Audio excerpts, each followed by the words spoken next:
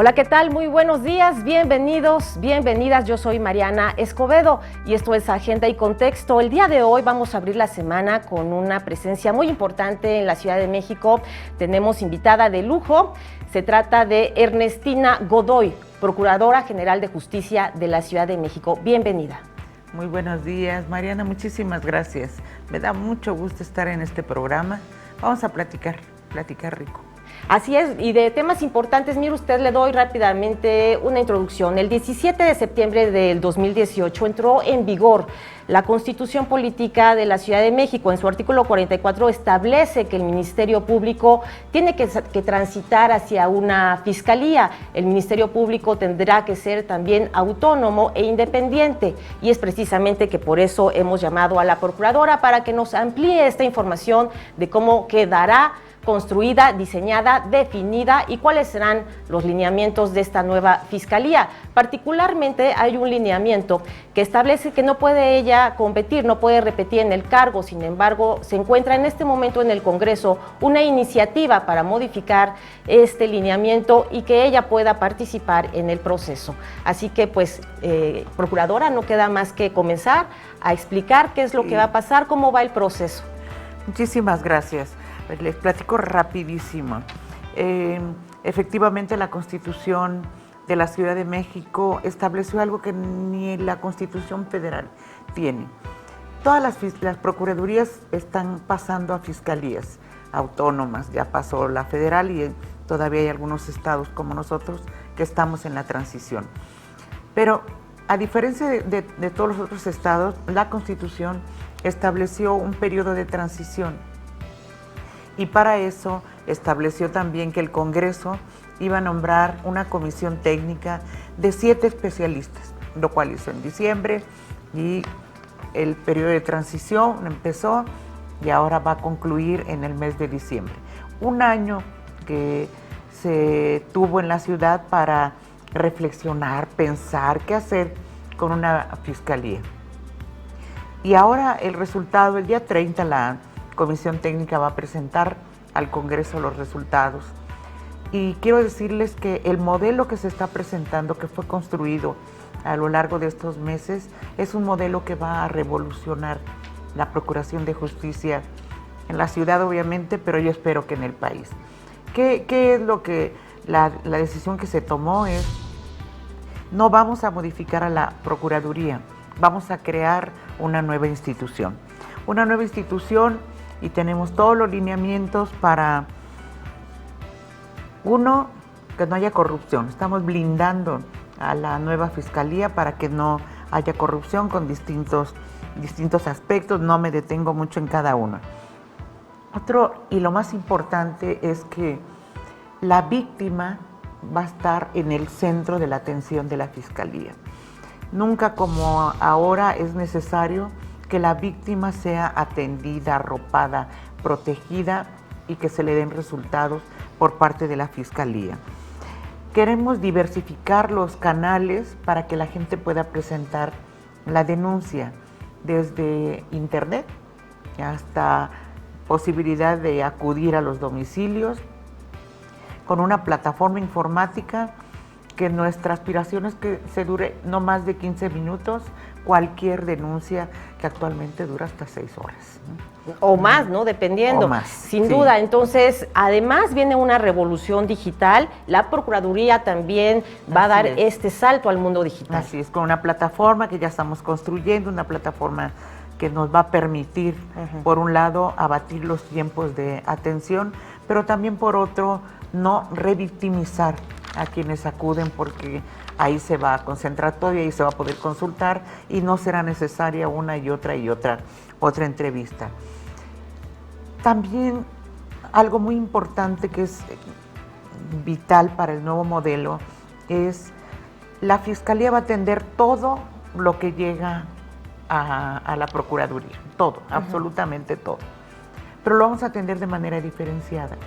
No vamos a atender igual a los delitos de bajo impacto que aquellos delitos que pueden llegar a solucionarse a través del acuerdo entre las partes, lo que se le llama la justicia restaurativa, y de manera prioritaria, ahí va a ser lo principal de la Fiscalía, la atención a los delitos de alto impacto, que son los que nos afectan como ciudad. No puede haber una ciudad democrática, una sociedad democrática, si no hacemos una buena procuración de justicia y vamos terminando con la impunidad. Entonces, los delitos de alto impacto, ahí serán los esfuerzos de investigación. Se tienen que fortalecer los servicios periciales y los ministerios públicos serán los fiscales que tendrán, como dice la Constitución, la posibilidad de coordinar la investigación, pero quienes la hacen son los policías de investigación convertidos en verdaderos detectives con la fuerza de unos peritos muy profesionales que permitan al fiscal tener carpetas de investigación muy sólidas para poder llevar al tribunal con los jueces de control y que no haya ya impunidad. Creo que es una de las cosas más importantes, la atención de manera diferenciada, pero que se va a atender todo, absolutamente todo. Pero el 70% de lo que llega a la Procuraduría son delitos donde no se conoce al imputado. Entonces, eso no es que no se va a atender, pero se va a atender para política criminal, para que sepamos modus operandi, por ejemplo, robo de celular, pues dónde se roba, qué hora se roba, cuál es el modus operandi, para que pueda haber esta decisión de decir, mira, es una banda, tenemos que poner más vigilancia en tal lugar, etcétera, pero difícilmente podemos nosotros recuperar el celular y detener a quien le sacó el celular a alguien, ¿no? Entonces lo vamos a atender, pero todo nuestro empeño en la Fiscalía va a estar en los delitos de alto impacto, por eso pensamos que tiene que haber resultados en ese tipo de delito. Y obviamente para esta nueva Fiscalía tiene que haber un nuevo perfil de servidor público, ¿no? Nuevo perfil de ministerios públicos, de peritos, de investigadores, ¿no? Que quiero decir que en la actual Procuraduría hay mucho talento, ¿no? Pero también hay mucho abandono, no hubo esa motivación que estamos tratando de involucrarnos con la gente para que tenga una actitud distinta. Quienes no quieran acompañarnos con ese nuevo perfil, tampoco es un asunto donde va a haber decisiones arbitrarias, ni mucho menos, ¿no? Se tiene que abrir durante el año que entra un periodo de una amplísima capacitación y todos pueden acudir para que puedan ser evaluados con ese nuevo perfil y entrar. Habrá respeto absoluto a los trabajadores, sus derechos y demás. Habrá quienes quieran retirarse, habrá quienes quieran continuar, porque claro, vamos a tener le llamamos una unidad de liquidación para terminar con todo el rezago que hay actualmente, pero la Fiscalía entra con carga cero, ¿no? con esta nueva manera.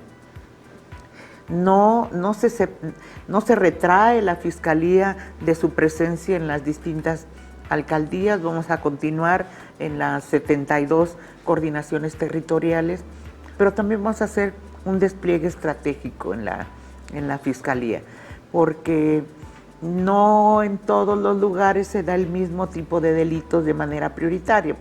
Ponemos un ejemplo, en las alcaldías del sur hay mucha violencia familiar y es distinto a lo que es en Benito Juárez, en Miguel Hidalgo, en Iztapalapa, arriba, en la Sierra de Santa Catarina, que abajo. Entonces, el despliegue territorial será de esta manera.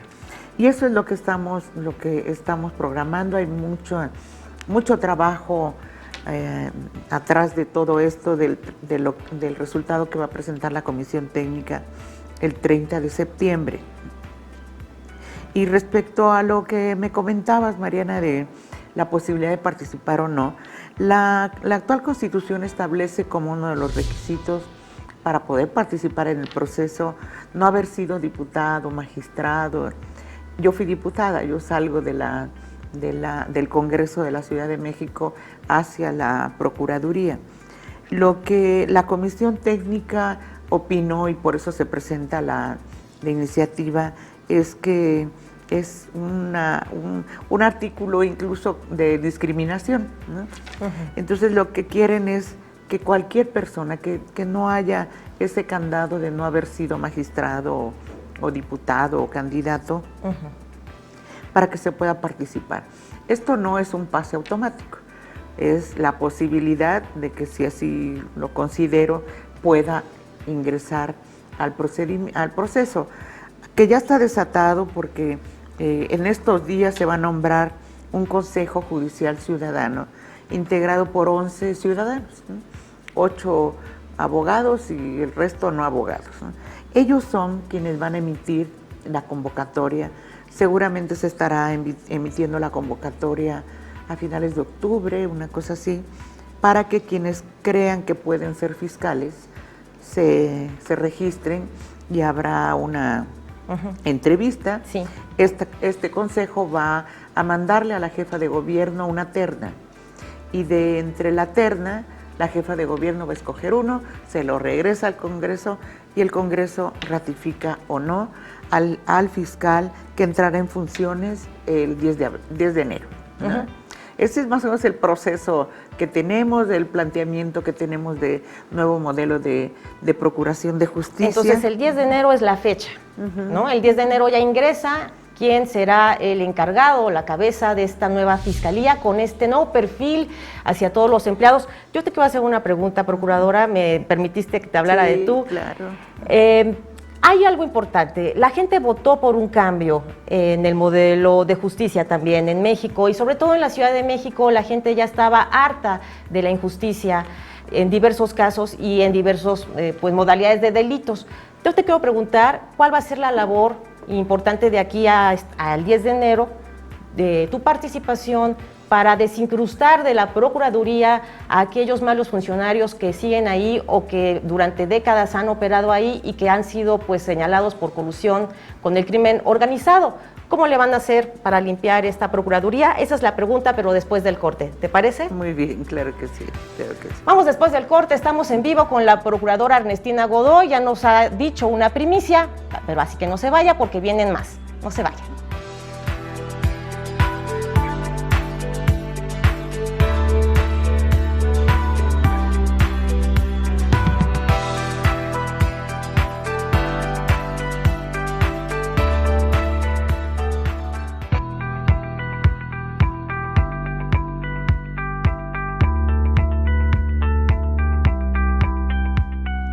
Ya estamos de vuelta aquí en Agenda y Contexto con una invitada especial esta mañana, la procuradora Ernestina Godoy, quien ya nos adelantó todo el proceso que se viene para crear. No se trata nada más de cambiar de nombre a una institución. Ella ha dicho, vamos a crear una nueva fiscalía, una nueva institución. Y eso también implica que tendrían que limpiar adentro, porque usted bien sabe cuál ha sido la colusión y las consecuencias que lamentablemente hemos vivido debido a que muchos funcionarios han estado o han sido cómplices del crimen organizado. En ese sentido, ¿cómo va a ser el proceso también al interior? Bueno, quiero decirles que desde el día 5 de diciembre que tomamos este cargo, ha sido una lucha frontal contra la corrupción. No hemos dejado pasar una sola denuncia, ya sea por redes, por teléfono, ni una sola la hemos dejado pasar. Hemos investigado todo lo que nos ponen en conocimiento que hay actos de corrupción.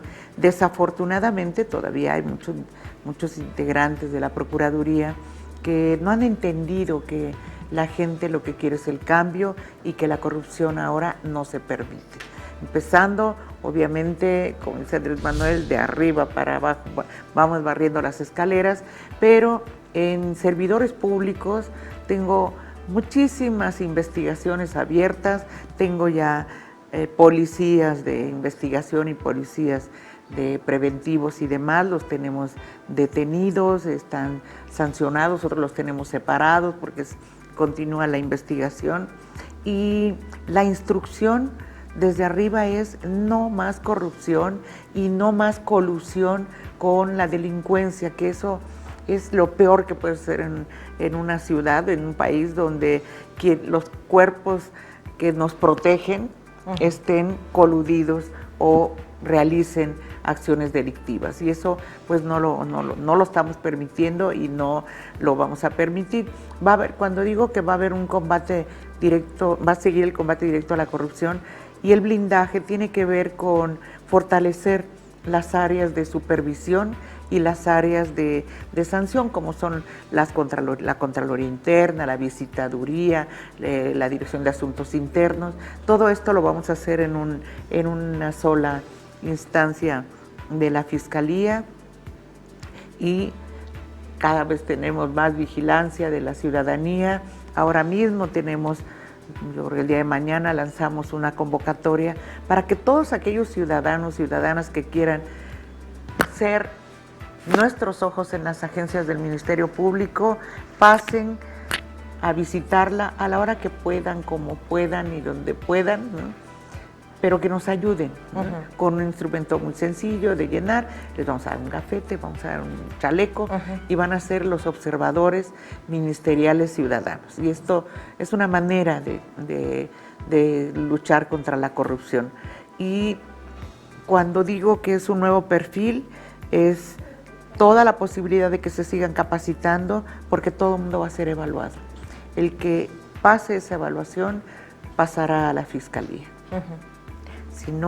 Si reprueban esa evaluación, que no es solamente de conocimiento, es de sensibilización, de saber que quien llega a la Procuraduría llega en un estado de vulnerabilidad muy importante, y hay que ser empáticos con la ciudadanía. Claro. Entonces, vamos a pelear. Yo estoy segura que vamos a lograr en un plazo no muy largo limpiar a las instancias de procuración y de procuración de justicia. Que así sea, porque ha sido una de las demandas, procuradora, pues más sentidas de la población, y finalmente motivaron el cambio, la necesidad también de este cambio, la injusticia que ha prevalecido durante décadas en las corporaciones policíacas. Precisamente las manifestaciones de protesta pues se han encaminado también y han sido focalizadas en mujeres que han pues denunciado diversos atropellos, diversas anomalías, abusos cometidos por funcionarios. Ya vimos lo que ocurrió en Azcapotzalco con el caso de la menor de edad que aparentemente pues había bajado de un Uber, y una patrulla pues se decía, ¿no? Era la versión que había abusado de ella. Esto motivó un movimiento social importante, procuradora. ¿Qué va a ocurrir con la creación de la Fiscalía? ¿Cómo va esa situación? Bueno, primero quiero decirles que este movimiento, principalmente de jóvenes, de jóvenes mujeres, con esa fuerza con la que se manifestó, podemos o no estar de acuerdo en el método de violencia y demás. Yo en lo personal no comparto el método, pero sí reconozco que fue un movimiento, es un movimiento que puso nuevamente en la palestra, en la mesa de discusión, un tema que no ha desaparecido y que es muy añejo, y que se han hecho muchas cosas y no ha logrado desaparecer, que es la violencia contra nosotras, las mujeres. Entonces, ese movimiento lo que logró fue, no solo en la ciudad, sino a nivel nacional, fue nuevamente a las mesas de las familias, a los centros de trabajo, en las mesas de amigos y demás, el tema de violencia contra la mujer se hizo otra vez visible. Yo les digo, las históricas, por no decir las viejitas, llegamos hasta donde hemos podido, creando leyes, programas, políticas, observaciones ciudadanas, organizaciones. Bueno, sigue habiendo. Entonces, yo saludo ese movimiento y, como les he dicho, no se cansen, porque es de resistencia. Es nuevamente ver qué más podemos hacer para que ya no haya violencia contra las mujeres en todos lados, en todas sus expresiones, y la más terrible es el feminicidio. Así es. Entonces tenemos que oír a las mujeres que están en eso, no solamente cuando las recibimos. Yo recibo a todo mundo, me siento con ellas, platico, hacemos cosas juntas. No solamente ahí, sino lo que nos ponen en las pancartas, mira, por ejemplo, estoy viendo eso, lo que ponen en las pancartas, lo que ponen en sus redes, bueno, tampoco comparto que nos pinten edificios, pero también ahí ponen mensajes, ¿no? Claro. Entonces, bienvenido este movimiento. En la procuradora actual tienen a una aliada, ¿no? Y la jefa de gobierno ha hecho muchísimas acciones también, porque también es una mujer preocupada y ocupada, ¿no? Entonces, vamos a seguir escuchando a las mujeres y haciendo todo lo que esté de nuestra parte como gobierno para que las propuestas que ellas tienen sean políticas públicas e incluso leyes. Claro, a propósito de esto, ¿cómo va la nueva fiscalía precisamente para atender los casos de feminicidio? Ya está instalada, se publicó el acuerdo la semana pasada, se crea la fiscalía especializada, que sí pasa a la fiscalía nueva, y actualmente estamos elaborando la convocatoria porque queremos que quien presida esta fiscalía sea una persona, que sea mujer, con un perfil muy definido de gran empatía con las víctimas y con una gran experiencia. Entonces, estamos haciendo esta convocatoria abierta para que quienes crean que pueden ser titulares de esa fiscalía, y yo espero que organizaciones de la sociedad civil propongan a quienes pueden estar en la titularidad, y que además en estos meses que faltan para diciembre logren armar ya lo que serán los procesos de atención, procesos de modelos de atención a víctimas, en fin, muchas cosas que se pueden hacer todavía de aquí a diciembre, y que la fiscalía y la titular puede ser muy importante. Procuradora, casi nunca le hacen preguntas sobre usted, sobre ti, nunca te hacen preguntas de pues, dónde creciste, en qué barrio naciste, cuál fue, digamos, que el modelo ejemplar para ti de la educación, qué es lo que piensas más allá de ser la procuradora y de los cambios sociales que también como ciudadanos podemos hacer cada día y participar de este modo en el cambio. Te pregunto, ¿en dónde naciste? Yo nací aquí en la Ciudad de México, aunque toda mi familia, incluyendo a mis hermanos mayores y menores, son del estado de Guerrero, de la Costa Grande, de un lugar de Atoyac de Álvarez, de ahí es toda mi familia, es un pueblito que se llama Corral Falso. Entonces mi raíz está en Guerrero, aunque yo nací aquí en la ciudad. Aquí hice llegué aquí a tercero de primaria, y he hecho toda mi educación aquí, la he hecho en escuelas públicas, ¿no? Sí. En la UNAM, desde la preparatoria, en la Prepa 2, que es la única que tiene secundaria, que actualmente todavía tiene secundaria, es el bachillerato de 6 años, que empezamos desde la secundaria, y estudié en Ciudad Universitaria, estudié Derecho. Siempre he pensado que la carrera de Derecho era para servir a la gente, y sí me ha servido para eso. Totalmente. Además, la universidad entrañable, la UNAM, nuestra máxima casa de estudios. ¿Qué te lleva a elegir esta carrera en esta búsqueda de justicia? ¿Alguna vez habías comentado que tu interés principal era también cambiar las cosas a tu alrededor para que finalmente la justicia llegara por fin? ¿Crees que ya lo estás logrando? Fíjate que nunca me cuestioné si iba a estudiar o no Derecho. Siempre dije, voy a estudiar Derecho, ¿no? Sí. Creo que porque mi papá quiso ser abogado, y mis papás fueron maestros normalistas. Mi papá estudió en Ayotzinapa, entonces son de estos maestros rurales, que eran como los apóstoles, ¿no? Sí, una cosa ahí de mística muy importante. Nunca me lo cuestioné y siempre fui rumbo a Derecho.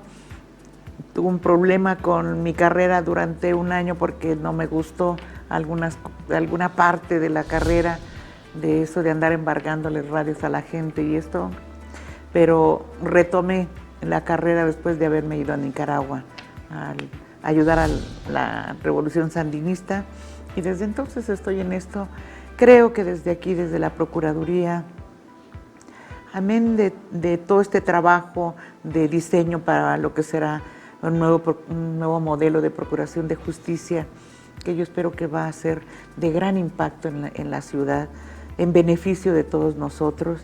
Amén de eso es día a día atender a gente, sobre todo mujeres, pero en general hombres y mujeres, que yo los atiendo y hay posibilidades de hacer algo por ellos, de que tengan justicia, que es a lo que va la gente a buscar a la Procuraduría.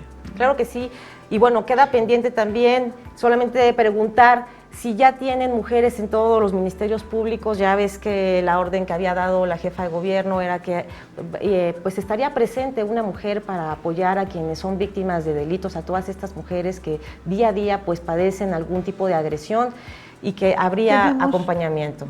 Eso lo trabajo con la Secretaría de las Mujeres. Sí. Se creó un grupo de abogadas con perspectiva de género, muy capacitadas en este tema, que están en cada agencia del Ministerio Público y acompañan a las mujeres que llegan, porque tenemos que reconocer que a los ministerios públicos nos falta mucho por aprender, por sensibilizarse, ¿no?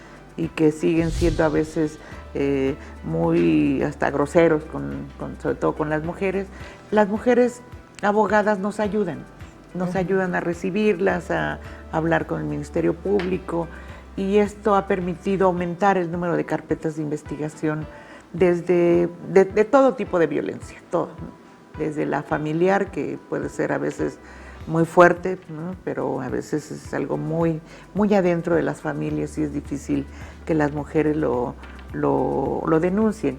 Pero está el acompañamiento de las mujeres abogadas, que tiene un límite, es únicamente de acompañamiento inicial para que se les oriente, se les acompañe ante la mesa de trámite y demás, ¿no? Y después siguen nuestros asesores victimales atendiendo, ¿no? Pues muchísimas gracias, Procuradora, no queda más que agradecerte. Muchísimas gracias. Estás en tu casa, esperamos verte Mariana de nueva cuenta. Yo espero que sí, vamos en este proceso que va a arrancar ya públicamente a partir del 30 de septiembre, seguramente van a oír ya más información sobre qué estamos haciendo para llegar a la Fiscalía. Claro, y es tu interés, ya escuchamos lo que nos dijo hace rato la Procuradora, que el interés de ella pues obedece a que hay una iniciativa de ley en el Congreso que se va a modificar para que pueda participar en el proceso. ¿Es probable que podamos verte? Veamos si se aprueba la reforma, ya estaremos pensando si participamos o no. Pues ahí tienen las declaraciones de la Procuradora, una primicia aquí en Agenda y Contexto para usted.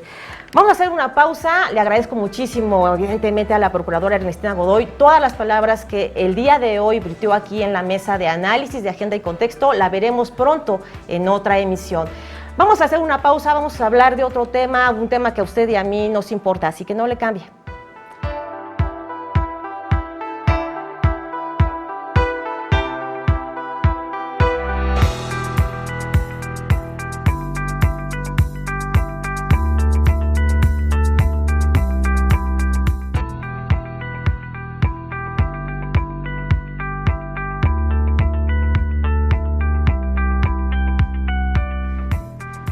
Hola, ¿qué tal? Pues ya estamos aquí de vuelta en Agenda y Contexto. Si usted apenas nos está sintonizando, le comento que tuvimos hace unos minutos a la Procuradora Ernestina Godoy y ahora nos vamos a otro tema que a usted y a mí nos interesa. ¿Qué ha ocurrido con todo este procedimiento, con el debate sobre la despenalización de la marihuana para uso medicinal y recreativo? El día de ayer se realizó el Marihuafest, así se le dominó por sus convocantes, por los organizadores. Ellos estuvieron en la Alameda pues toda la tarde y luego realizaron una marcha de ahí de la Alameda Central al Senado de la República. Exigieron a los legisladores, no nada más del Senado, sino también del Congreso local, pues apertura total. Ahí tienen algunas imágenes, estamos viendo a Alfonso García Pérez, uno de los convocantes. Él leyó el pliego petitorio en donde exigen participar de manera personal los consumidores como consumidores en su calidad de usuarios de sustancias clasificadas como drogas, en este caso la planta de la marihuana, que fue clasificada como una droga por ahí de los años 30 en Estados Unidos, y eso repercutió en México porque también fue penalizado su consumo, su uso, y de entonces a la fecha pues ya muchísimas personas dejaron de tener la planta en su casa. En México era totalmente común esta planta por las abuelas, las bisabuelas que la usaban para reumas y para otro tipo de padecimientos. Pues bien, ellos continúan ahora con esta movilización, con esta protesta que comenzó por ahí de hace 3 décadas, justo cuando el narcotráfico se apoderó de nuestro país, ¿no? Y bueno, pues para hablar de todo este tema tenemos en el estudio a Verónica Yepes Aguirre. Ella es coordinadora de la Asociación Marihuana Liberación. Muy buenos días, bienvenida Verónica. Hola, ¿qué tal, compañera? Buenos días. Bueno, pues a ver, ayer yo los vi en esta marcha que protestaron, estuvieron ustedes leyendo el pliego petitorio, realizaron una protesta y además están exigiendo ahora apertura total para que los campesinos mexicanos ya puedan legalizar estos cultivos y puedan venderlos precisamente de una manera abierta. ¿Es así? Pues sí, compañera, mira, traemos un plan en específico nosotros, Marihuana Liberación en específico. Ya por esta problemática que se vive, traemos varias cuestiones. En primera, como tú mencionas, es que sí pedimos la mesa abierta para participar en la construcción de esta política pública. Ya que, ¿qué pasa? Sí hay muchos científicos, personas que conocen muy bien del tema, pero desde el lado científico. Y recordemos que todas estas cuestiones han sido suscritas bajo una línea paternalista y prohibicionista, la cual nos ha llevado a ningún beneficio, al contrario se ha incrementado el uso y todas las consecuencias negativas que ahora tenemos. Nosotros como consumidores no somos profesionales, pero somos expertos en el uso de la sustancia y nos hemos ido caminando junto con ella en estos movimientos sociales para desestigmatizar a los usuarios. Queremos que los que consumimos se nos tome la voz en la construcción de estas decisiones. Entonces quieren participar, quieren sentarse con los legisladores. Y con los científicos y con las personas estudiosas en la cuestión biomédica de lo que es la marihuana. Bueno, el día de ayer, si nos puedes comentar, vamos a ver algunas imágenes a continuación. Yo vi, por ejemplo, una señora que llegó a esto que ustedes denominaron marihuafets, llegó directamente a comprar, a adquirir ahí en la vía pública gotas de aceite. Exacto. Tenemos que saber los beneficios que tiene desde el lado médico y terapéutico. El extracto de CBD es muy bueno para las articulaciones y todas las enfermedades que tienen que ver con el sistema motor, el sistema nervioso.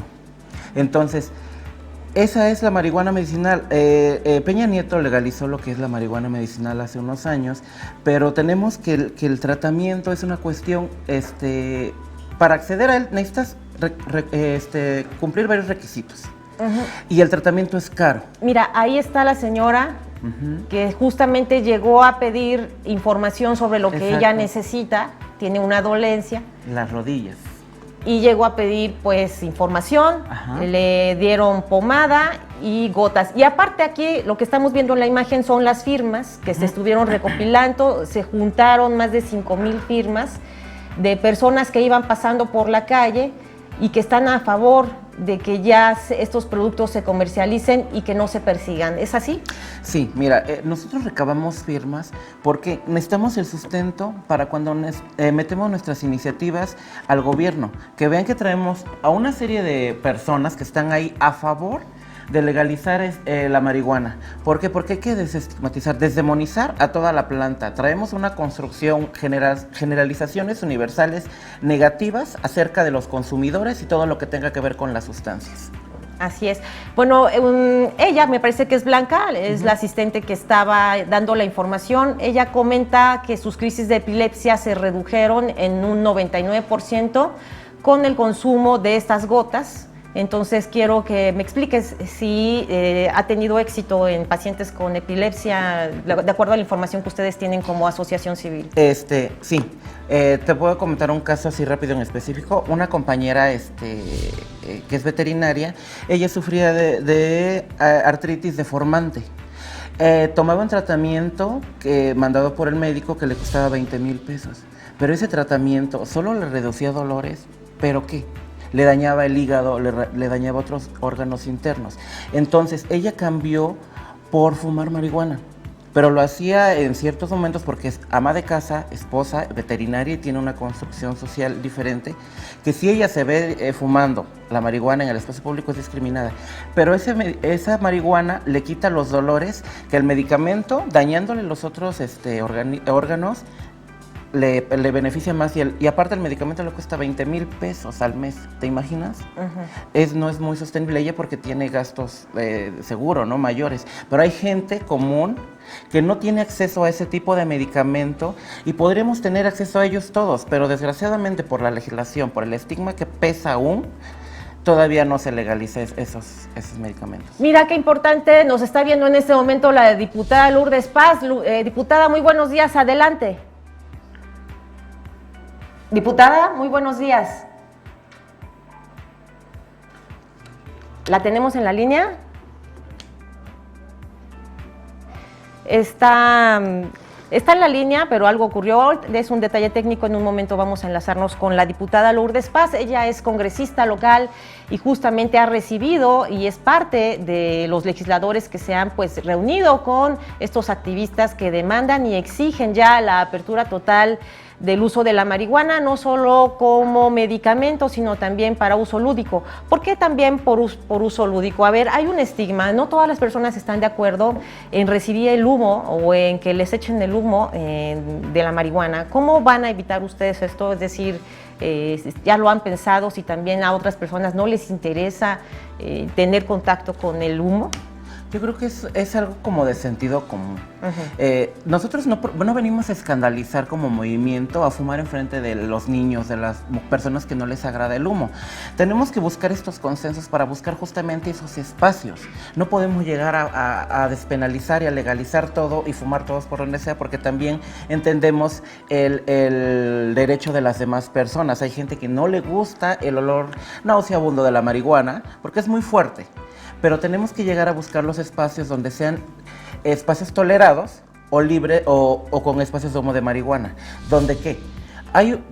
Tú lo has visto o has andado en la calle donde a veces pasas por lugares donde es desagradable el olor.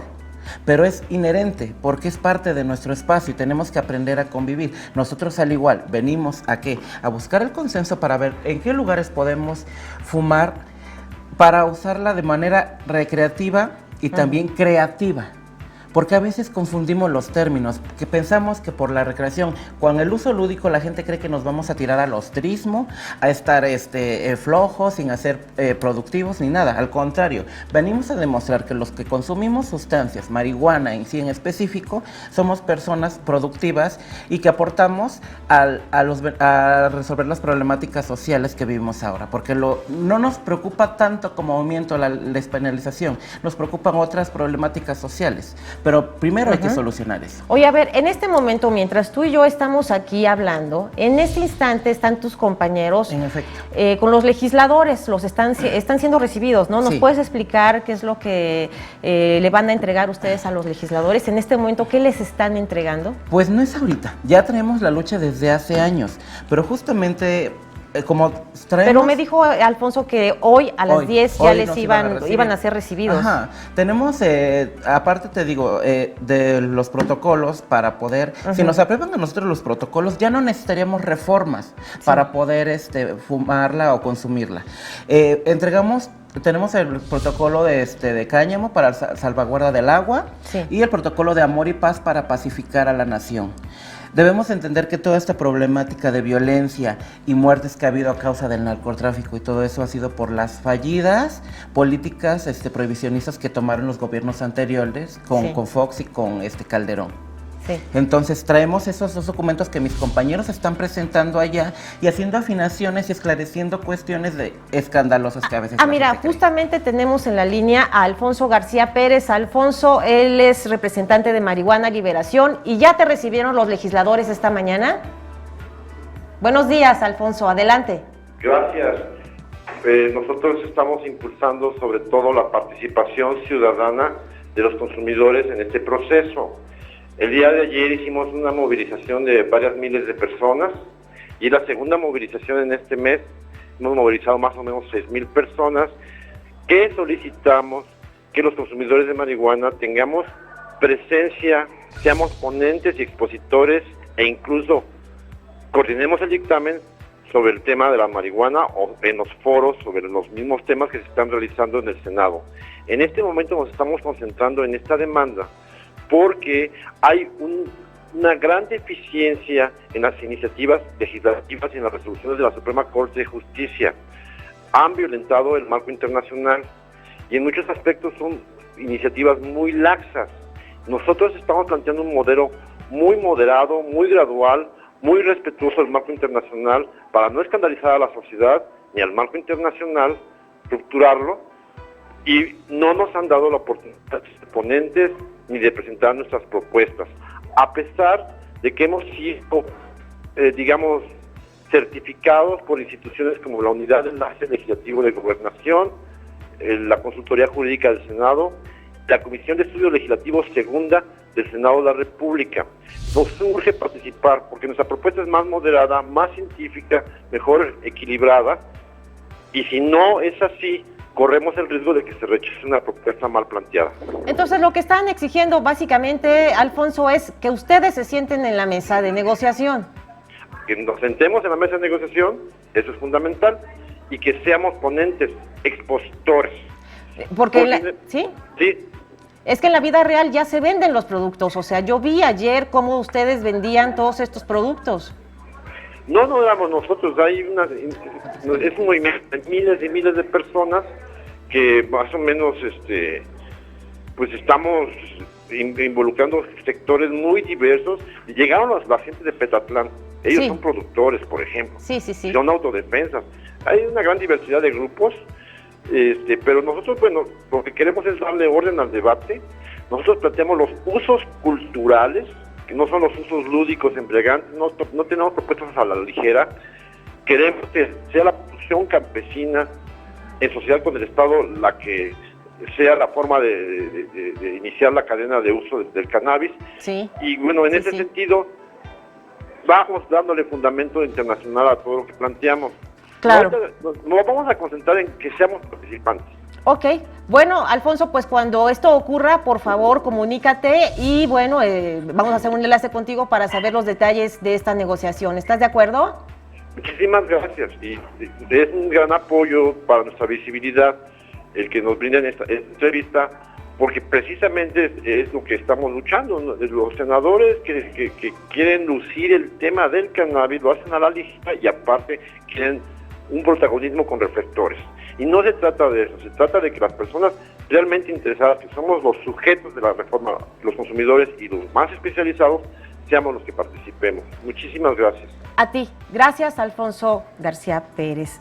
Bueno, Verónica, pues ya escuchamos, ahí está tu compañero que está con los legisladores en este momento exigiendo un lugar que los tomen en cuenta, que no los discriminen, que también no los estigmaticen. Uso de tatuajes y marihuana, la gente los clasifica como si fueran delincuentes, ¿no? Sí. Eso es como que el estigma que tienen ustedes que cargar debido a que la propia planta ha sido estigmatizada.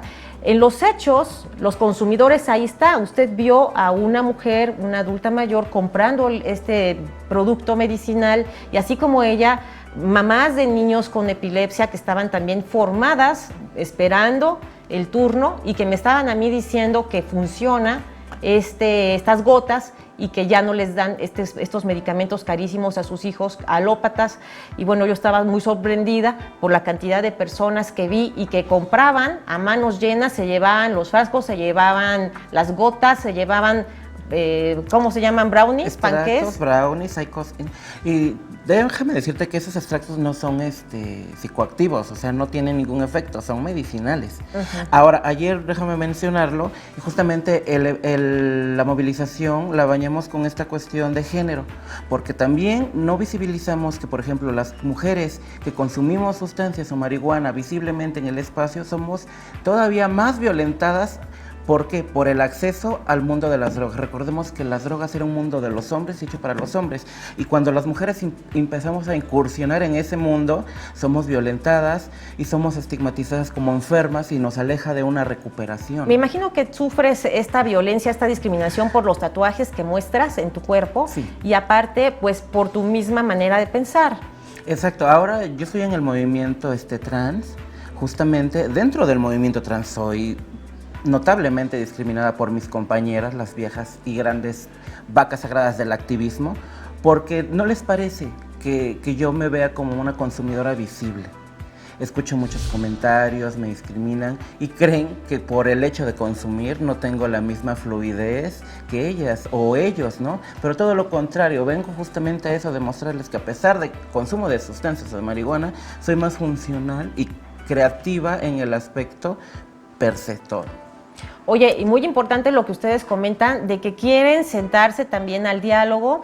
¿Escuchaste lo que dijo Alfonso, que son autodefensas las personas que vienen de Petzatlán y que estaban vendiendo ahí los productos? Justamente al movimiento se han integrado otras poblaciones estigmatizadas, por ejemplo los campesinos, las mujeres, la cuestión de la LGBT y la cuestión trans.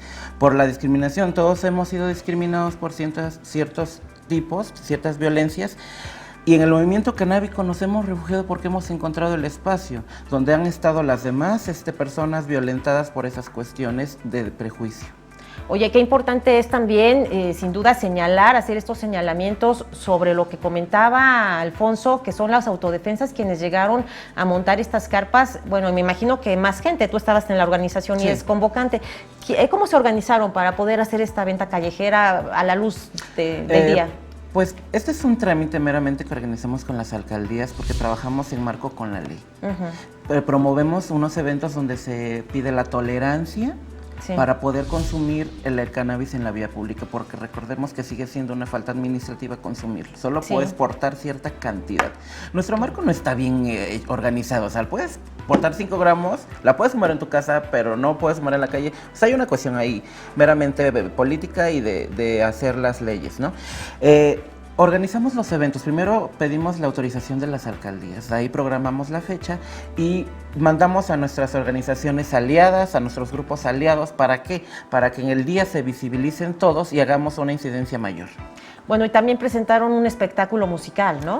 Porque Marihuana Liberación es un frente de organizaciones y de artistas. La marihuana llegó aquí en 1800 con la oleada de intelectuales franceses como creación estética, entonces se fue hacia el área de las artes y del conocimiento. Entonces, más que nada, los artistas la usan ¿para qué? Para inspiración. Bueno, ahí tienes a un compositor muy famoso que dicen, bueno, no me consta, yo nada que ver con esa época, pero Agustín Lara, ¿no? Decían que fumaba. Y así muchos otros cantantes, compositores, artistas, directores de cine, personas normales, personas comunes, ¿no? Que usaban también esta planta, y las abuelas y las bisabuelas que las usaban para uso totalmente medicinal. Pues recuerda el dicho que dicen las abuelitas: tomada, fumada y untada. ¿Ah, sí? Claro. Tomada y untada. Sí. Bueno, pues es un dicho. Sí, es de las abuelas.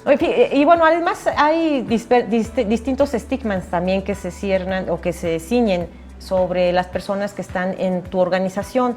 El uso de tatuajes implica que estuviste presa o que fuiste preso o que estuviste en la cárcel y por lo tanto eres mala persona. El uso del consumo de marihuana implica que eres mala persona. Es decir, ¿cómo se estigmatizó con el paso del tiempo esta planta? Yo creo que es motivo para otro debate y no queda más que agradecerte tu presencia, invitarte para otro debate sobre ese tema. Claro que sí, vamos a estar porque es un tema muy importante. Antes de hablar de una despenalización, tenemos que hablar de una culturalización. No podemos llegar a que tomen las sustancias o la marihuana porque venimos de un proceso histórico muy deprimente por lo de la conquista y todo eso. Entonces tenemos el riesgo de que nos volquemos. Primero debemos de hacer conciencia del uso y no del abuso de las sustancias, porque las sustancias siempre han estado con nosotros. Pues muchísimas gracias, Verónica Yepes, coordinadora de la Asociación Marihuana Liberación. Gracias por participar esta mañana con nosotros en Agenda y Contexto. Vamos a hacer una pausa, ¿no? Vamos a hacer una pausa, ya volvemos, traemos más información con Alberto Cuenca después de la pausa.